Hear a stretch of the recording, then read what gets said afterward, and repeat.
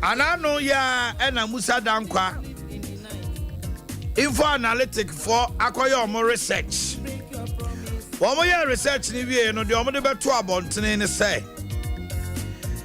Ti ekoto aba na Dr. Mahmoud Baumia behura de animu. No hwamu no omo kobusa omo busa delegates. Kanena de omo ye nyina eye omo busa Ghana for. Se sia de delegates no omo kobusa omo. No omo kobusa delegates no e de ba asem na delegates ne ka kire omo. Omo se delegates ne se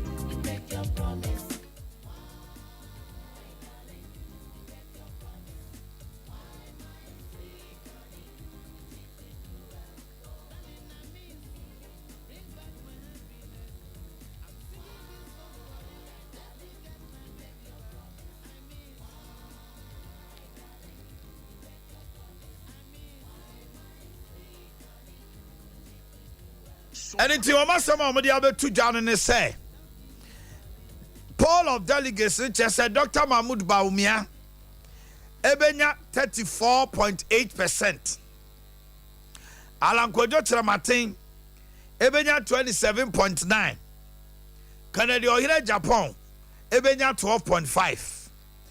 Info analytic foi one more research no yana ewom enti say yesi ekoto aba ne na obia ni wonu matches obetumanya 40% kra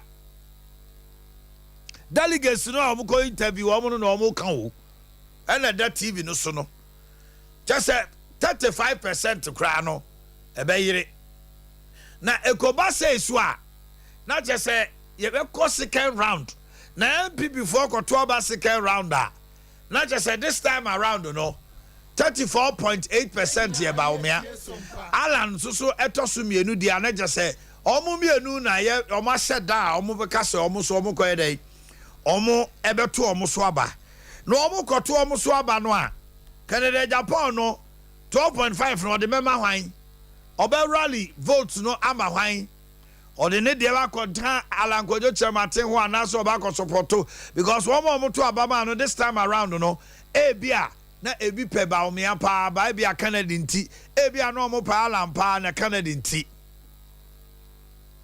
MPP form fan show mu say aba we o mo kotwe there will be a second round oba pa be sa na I want to say Radiadum bibi aboko there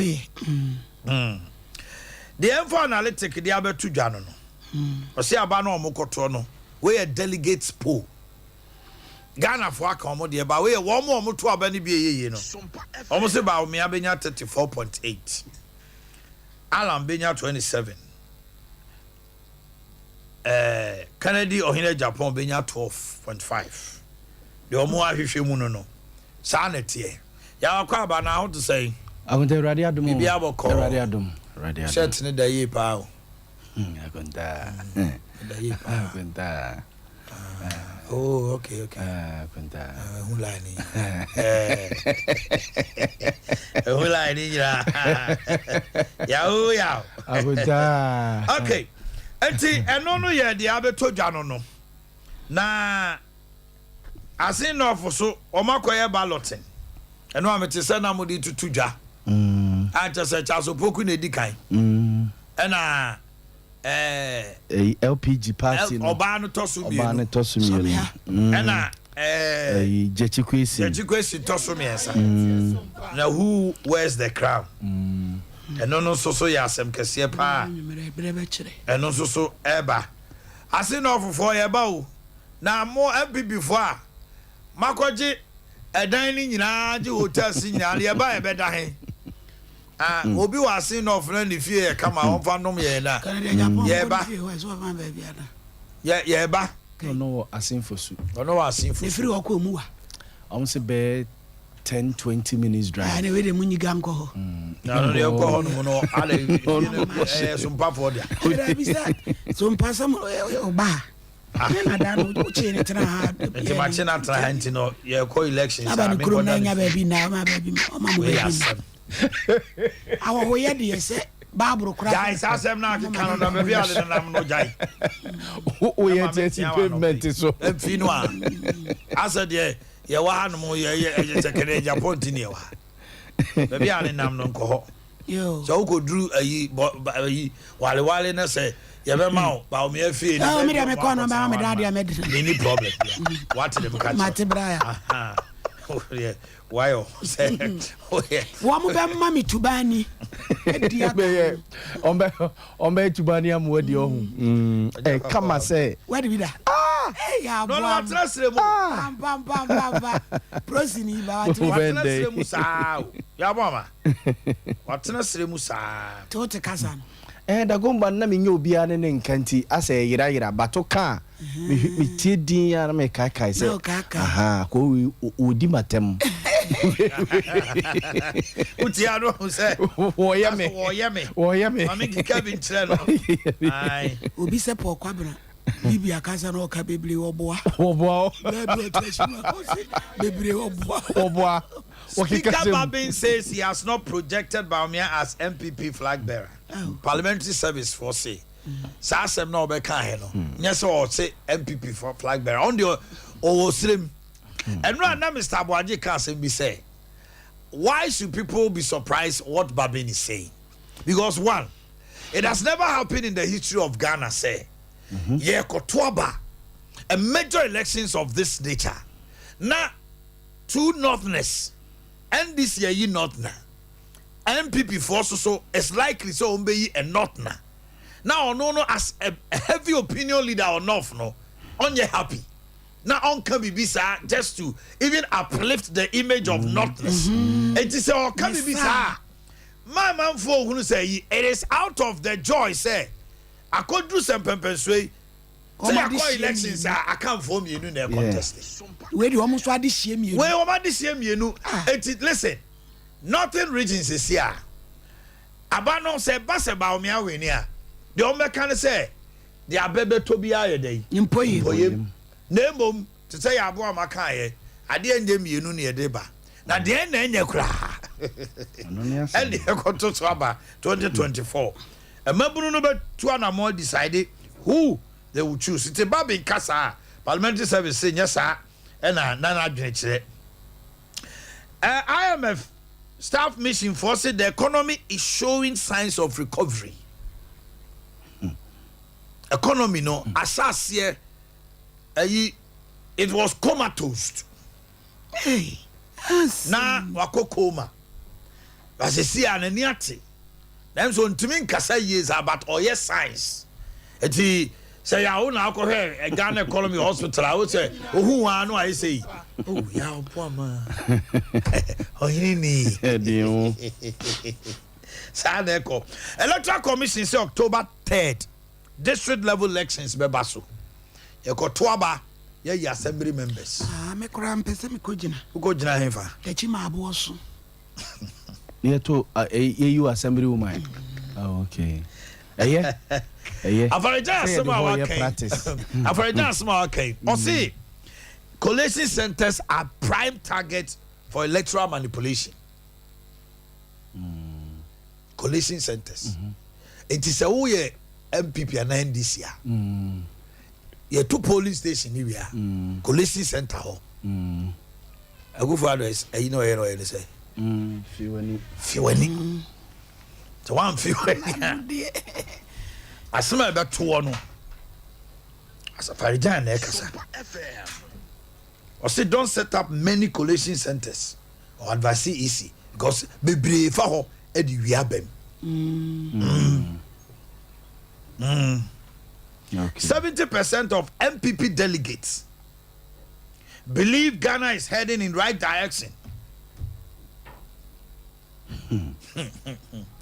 Mami ni komo tia wana mi brana mi tie mu nyina ma dwen kakra bi Erika na mi mo ache me jo so man what to say na da ro ma ahodun o pa ya da ba dia say aropa boy asin no of komo se ne fi abande edie e de na ekoso ofri nra omo eye pole ni wie ya eja chikwesin wo ase ho ewra edam finfin e na Charles Poku soso eda ni mo no ɛdeɛ na kuroma ne ka deɛ na ɛkɔ so twamfo ni kyerɛ Meda Somahene na Adea sɛne asen no ibusu a ehuru no ɛnya asɛm ketewa koraa ma menhyɛ asɛ koraa memfɛn firi biae bi ansa koraa na maba bɛdu pool no mprempren no sɛ wohwɛ campaign a ɛkɔ so ɛwɔ asen north a nika kwa ne nyinaa ɛne sɛ wohwɛ NPP ɔsonama nyɛkuo no ɛne ugu asen hanom a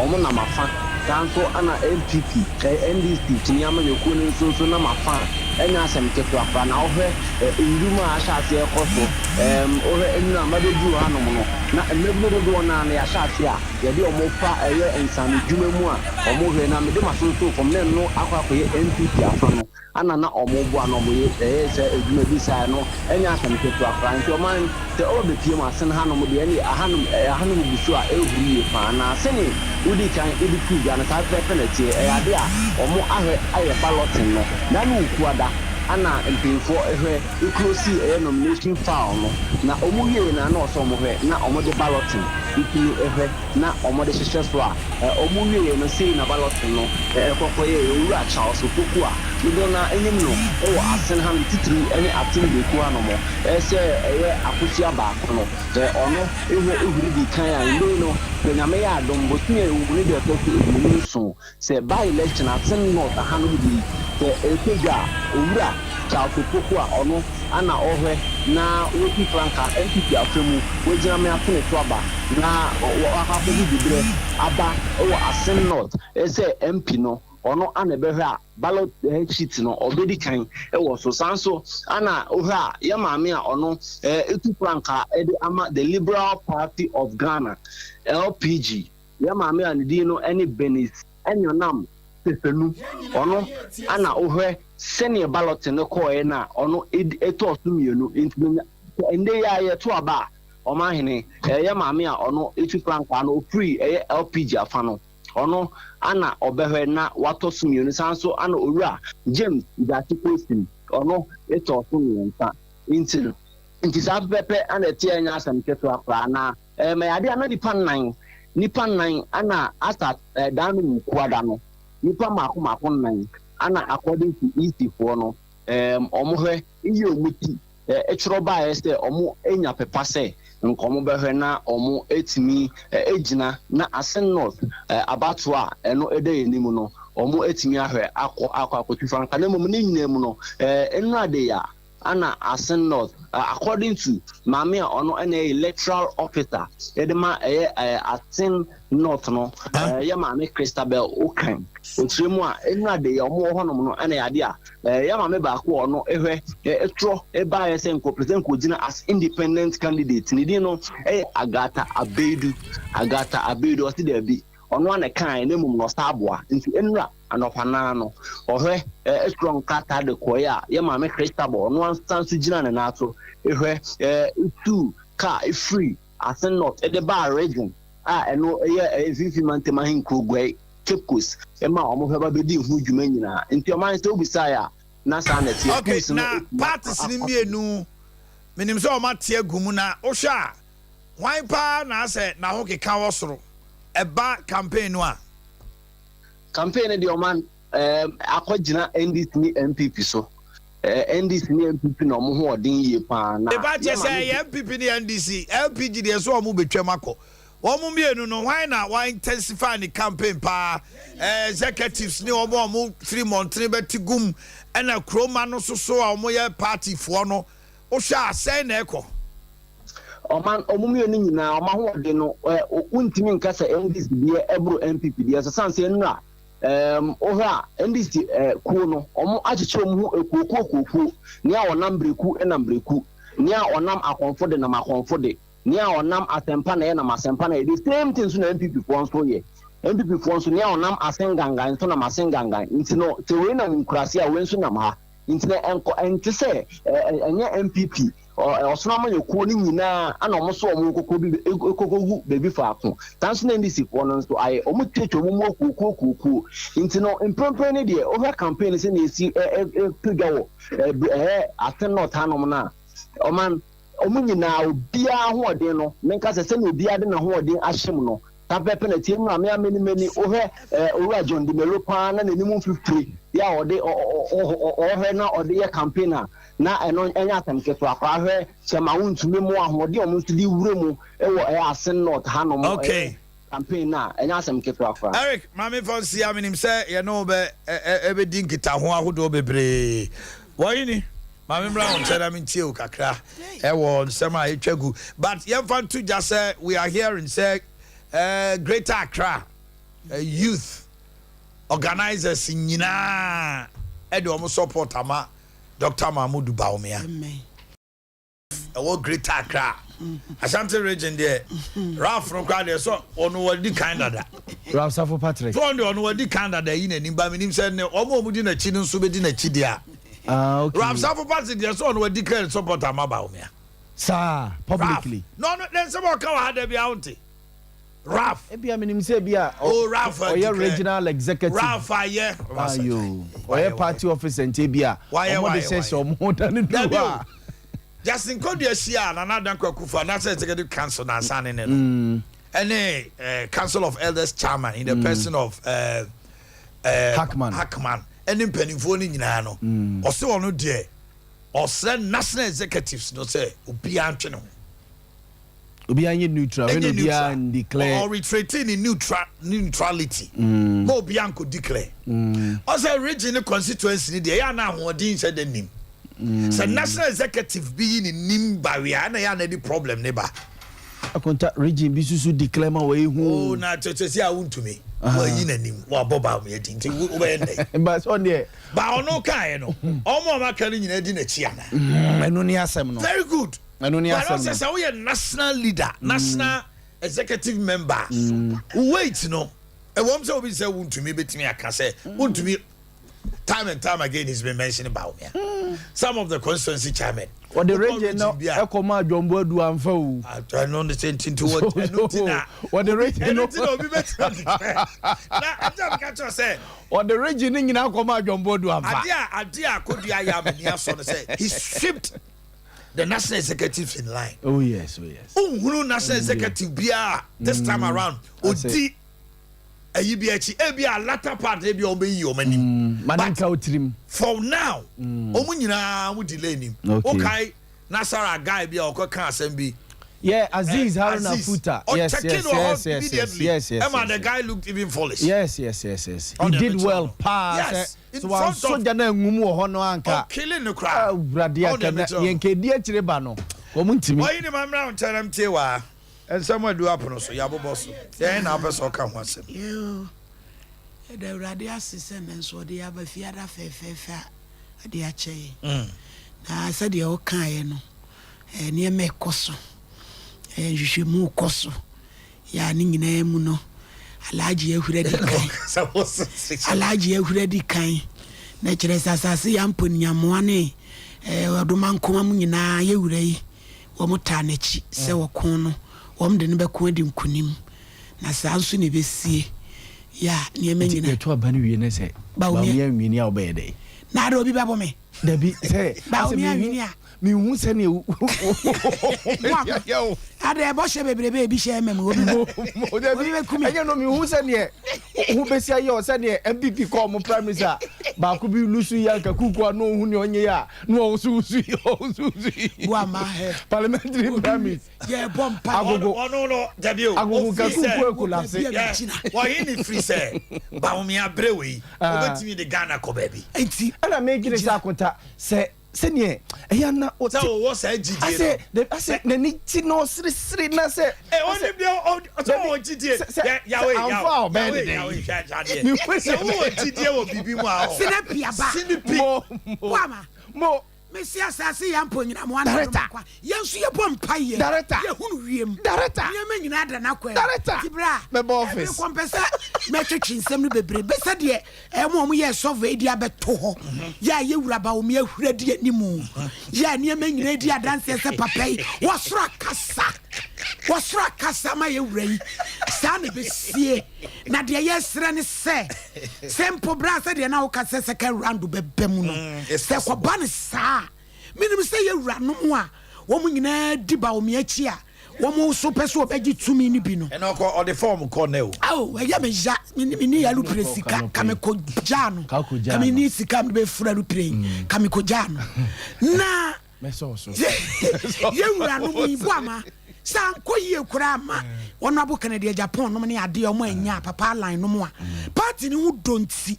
wɔn bɛka sɛ sɛbi woku bɛwu deɛ ɛne wɔn twempena enti ɔmo nyinaa bɛbɔ na kyiri dɔm na botaye no maduru ho to hu ni sɛ ɔna betima break 8 no ba omi a ɛne ɔntumi decide but sɛ me sɛ ɔno deɛ abusuafo mienu na ekɔgyina me papa ɛne me wɔfa nti ɛhɔ no deɛ mempɛ sɛ meka kɔ na primary si no mu a yɛgyina no deɛ ɔnyame de tumi no amalagye ekura no Dr. Maudba wa bra me te de bia kabaro ya to awie o ya to apa na wie ma yewura ba omi a wawini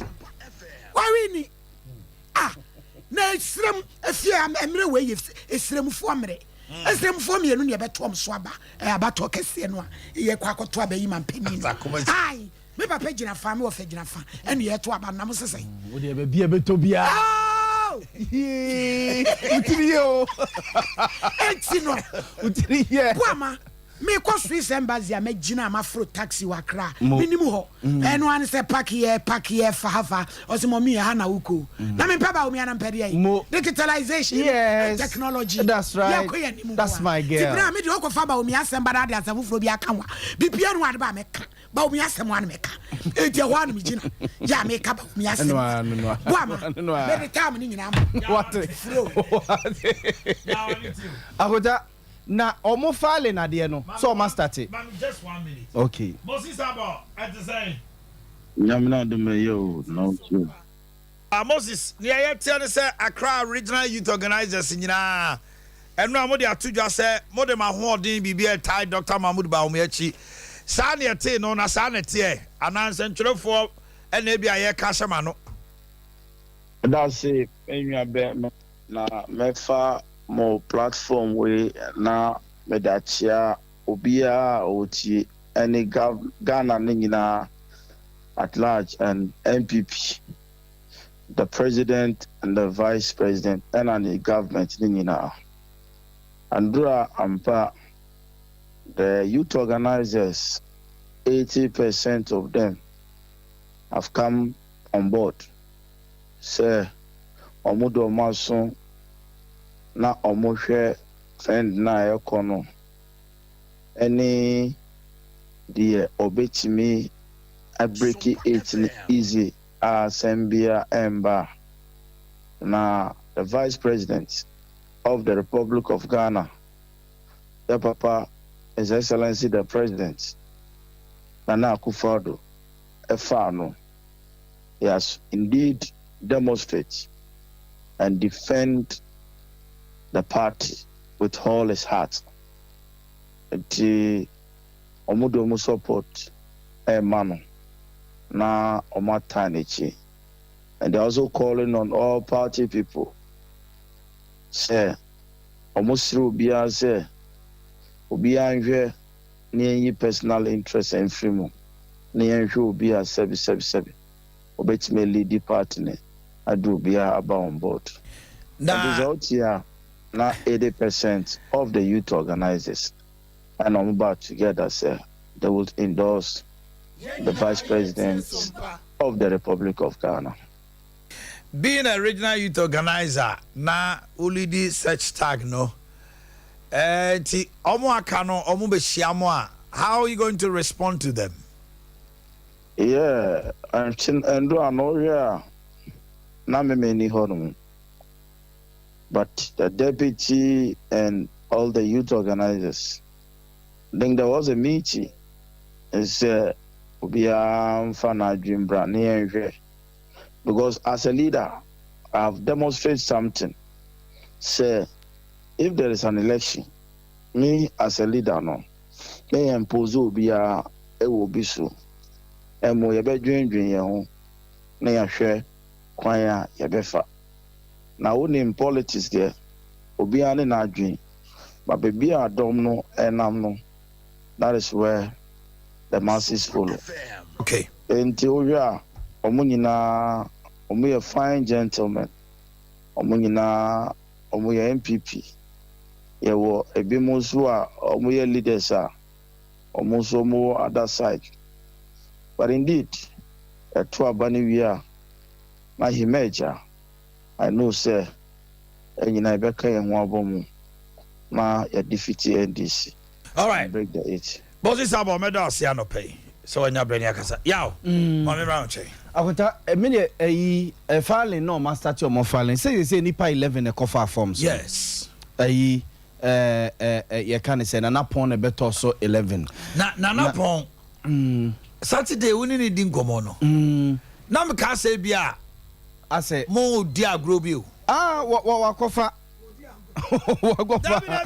Dabi me fa bi anto nche. Wakofa forms. Adea Akye here na me ko hu wo yi say billboards a waye gu e wo enkran a o se na tade ayo style bi say. Yes. Adam say na ni bede abede no. Wo se dipa 4 million no da wo ma no as a leader. To mu nyina to abama no ase wadi. Election the 4 million. No ne agree no. Na kota o ma start e fale Alankojo Chematin akọ. Nipa 11 no. Alankojo Chematin akọ. Dr. Alhaji Mahmood Bawumia ebe konne. Akota nipa 11 no. Emu be 7 kura fale ane eyi. Nyame ena ya adom. You sure? Yes. Womaniska. Sika na say 3.5 billion me. That 3.5 billion. Into the 500 million no na chesa 4 billion. Hey. Akonta. Kotu Na meti we pa mo 4 billion da wa. Now ya dey asem na ya na o kan. Akota ba me list of mo be file. Any list of people mo file. Okay. Na office o me file. Can Alan Ko. Dr. Alhaji Mahmood Bawumia konne. Kennedy Japan be ko. 3 akopre be ko. Akoto be ko. Agric minister. Akumara tomatoes. Akumara tomatoes. Wonko. Jogate beko. Kwabena Japan. Kwabena Japan onko. Kwabena Japan onko. Kwabena Japan will shock you. Akuta Kwabena Japan onko. Yeah. Adeni Mo will shock you. Akuta Adeni Mo. Yes, one Philadelphia at the Kronkran and Komu. That's where we dey software we dey second chance software dey Mr. Papa no Papa no Papa Papa we dey Mr. Yes Mr. Papa we dey Kwabra Dako Sinyame na afre no so be Ghana nim akoko dako amane eto no munya sade ma no agoda say menya 5 of when 5 menya 5 last two no ye Boakye Jakon eti Boakye Jakon file Boakye Jakon be file anti say na wanya menya 6 etu say nipa 7 kura no file na nyame na ya omadom Akuta 4 billion no. I know what no bro. 4 billion. Let me tell you something. Yeah, let me tell you something. When somebody has a vision to be a flag bearer, you should have the potential to organize and mobilize funds. Some people should buy into your vision. And a lot of who told you? I'm telling you. Akuta I'm not open nominations. No dey here. I keka omo de call. Omo ye date ni so omo file no. How many days ni? First day na Alan Koye. The next Adea Vice President Dr. Alhaji Mahmood. Filing day no end no ye da be. And then next week. Yeah, relax. I'm telling you, I will kick on the Koye no. E come for say okay can anko file. Some amafo buy into omaje. Hemfa. Oh yeah. A special congress no. Oh yeah, wo betwam say 5 na bar no. Akoto ahe. Pasa akota enye zo. Enye mamu ade ma omo. 4 billion. No. Now to be 4 billion how be president. When you 4 billion na we wako file. O say 190 we campaign. How can you say 190? Akota Land Cruiser na fu ne body o. Wo ko akota jajajajaja. Aya be Vice President Dr. Alhaji Mahmood Bawumia, Alan Chematin, Kennedy Japan, Akoto Agric Minister. Boakye Jakon. Jogate. Asa konta. Mama kanu mu nyeska. 6 so me go to park. Ebia me papa deni mo kom seninti no. Obetimi afo aba. Akota dey carry dey omumpomba bi ntrana. People should buy into your vision oh. And who told you people are not buying? Ita kuta se bia me betwe e bia me obi te se Boris B. Ana se me obi te se Papa J Fran. Ana se me obi te se eya na waba. Na waba ye na se ubedi president na me akotam show so to ya. Na president no ade na mfa me discard ma maboka ego. Omunye investment ni ntungu. Omunye investment ni ntungu. Abu